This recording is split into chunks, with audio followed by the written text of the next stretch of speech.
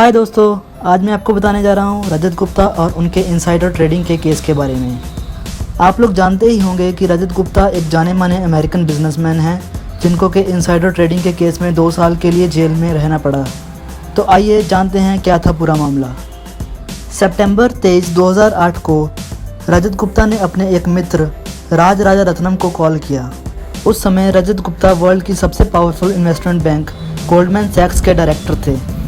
उन्होंने वह कॉल एक बोर्ड ऑफ डायरेक्टर्स की मीटिंग के 16 सेकंड बाद की, जिसमें कि वॉरेन बफेट ने गोल्डमैन सैक्स में $5 बिलियन इन्वेस्ट करने की बात कही थी। रजत गुप्ता ने राज राजारत्नम को बताया कि वॉरेन बफेट गोल्डमैन सैक्स में $5 बिलियन इन्वेस्ट करने वाले हैं।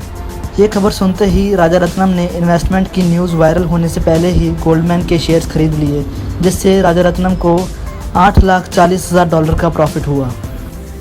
अगले ही महीने 23 अक्टूबर को रजत गुप्ता ने फिर से राजारत्नम को कॉल किया, इस बार बोर्ड मीटिंग के 23 सेकंड्स बाद, और उन्होंने राजारत्नम को बताया कि गोल्डमैन अपने नेगेटिव अर्निंग्स की रिपोर्ट रिलीज़ करने वाला है।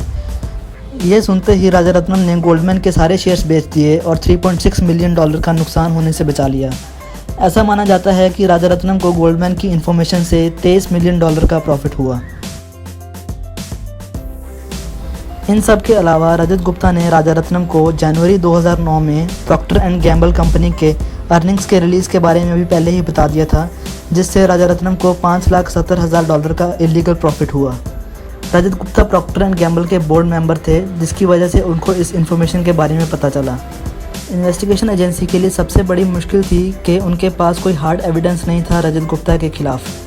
उनके पास ये प्रूफ था कि रजत गुप्ता ने राजारत्नम को बोर्ड मीटिंग के बाद कॉल किया था, और उनके पास एक टेप थी जिसमें रजत और राजारत्नम की कन्वर्सेशन थी, जिसमें गुप्ता राजारत्नम को गोल्डमैन की बोर्ड मीटिंग की समरी बता रहे थे।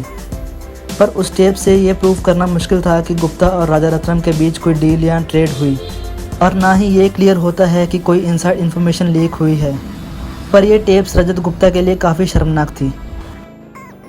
24 अक्टूबर 2012 को गुप्ता को बोर्डरूम सीक्रेट लीक करने के जुर्म में 2 साल की जेल हो गई। जेल से आज़ाद होने के बाद रजत गुप्ता को अपने मैनहट्टन वाले घर में हाउस अरेस्ट कर दिया गया। ये हाउस अरेस्ट मार्च 2016 में ख़त्म हो गया।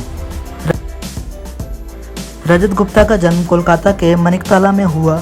उनके पिताजी एक फ्रीडम फाइटर थे जो बाद में जर्नलिस्ट बन गए, और उनके माताजी एक स्कूल टीचर थे।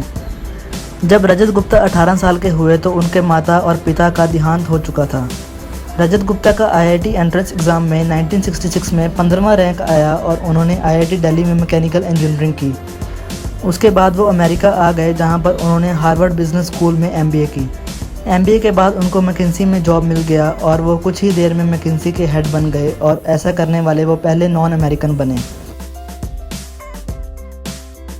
राज Rajaratnam Galleon group hedge fund के फाउंडर थे और श्रीलंका के रहने वाले थे। रजत गुप्ता राजारत्नम को अपने मैकिन्सी पार्टनर अनिल कुमार के ज़रिए मिले। रजत गुप्ता ने Indian school of business Anil Kumar के साथ मिलकर खोला। राजारत्नम ने इंडियन स्कूल ऑफ बिजनेस में $1 मिलियन कंट्रीब्यूट किए। राजारत्नम को इस केस में 11 साल की जेल हुई, जो कि इनसाइडर ट्रेडिंग में तब तक की सबसे लंबी सज़ा थी। तो दोस्तों, ये थी रजत गुप्ता की राइज एंड फॉल की कहानी, जिसमें वो एक अनाथ से लेकर अपने हार्डवर्क से बुलंदियों के शिखर तक पहुँचे, और फिर षड्यंत्र और सिक्योरिटीज़ के फ्रॉड के केस में जेल में रहे, जिससे उनका पूरा जीवन बर्बाद हो गया। दोस्तों, अगर आपको ये वीडियो पसंद आया तो शेयर ज़रूर करें।